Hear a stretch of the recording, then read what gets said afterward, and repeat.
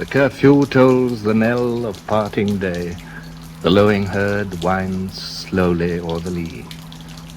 The ploughman homeward plods his weary way, and leaves the world to darkness and to me. Now fades the glimmering landscape on the sight, and all the air a solemn stillness holds, save where the beetle wheels his droning flight, and drowsy tinklings lull the distant folds. Save that from yonder ivy-mantled tower the moping owl does to the moon complain of such as, wandering near her secret bower, molest her ancient solitary reign. Beneath those rugged elms that yew trees shade, where heaves the turf in many a mouldering heap, each in his narrow cell forever laid, the rude forefathers of the hamlet sleep.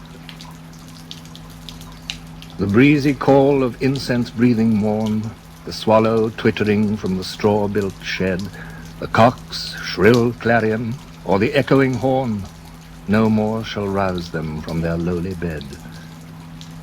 Let not ambition mock their useful toil, their homely joys and destiny obscure, nor grandeur hear with a disdainful smile the short and simple annals of the poor. The boast of heraldry, the pomp of power, and all that beauty, all that wealth e'er gave, awaits alike the inevitable hour. The paths of glory lead but to the grave.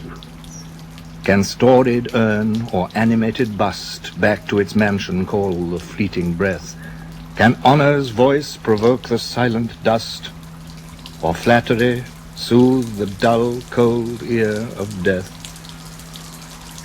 Perhaps in this neglected spot is laid some heart once pregnant with celestial fire, hands that the rod of empire might have swayed, or waked to ecstasy the living lyre. Some village Hampton that with dauntless breast the little tyrant of his fields withstood, some mute, inglorious Milton here may rest, some Cromwell, guiltless of his country's blood. The applause of listening senates to command, the threats of pain and ruin to despise, to scatter plenty o'er a smiling land, and read their history in a nation's eyes, their lot forbade. Nor circumscribed alone their growing virtues, but their crimes confined, forbade to wade through slaughter to a throne, and shut the gates of mercy on mankind. The struggling pangs of conscious truth to hide, to quench the blushes of ingenuous shame, or heap the shrine of luxury and pride with incense kindled at the muses' flame. Far from the madding crowd's ignoble strife, their sober wishes never learned to stray.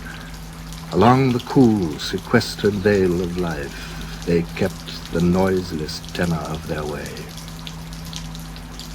For thee, who mindful of the unhonored dead, dost in these lines their artless tale relate, if chance, by lonely contemplation led, some kindred spirit shall enquire thy fate, haply some hoary-headed swain may say, oft have we seen him at the peep of dawn, brushing with hasty steps the dews away, to meet the sun upon the upland lawn. There, at the foot of yonder nodding beech that wreathes its old fantastic roots so high, his listless length at noontide would he stretch, and pore upon the brook that babbles by. One morn I missed him on the customed hill, along the heath, and near his favourite tree. Another came, nor yet beside the rill, nor up the lawn, nor at the wood was he. The next, with dirges due in sad array, slow through the churchway path we saw him borne. Approach and read, for thou canst read the lay graved on the stone beneath yon aged thorn.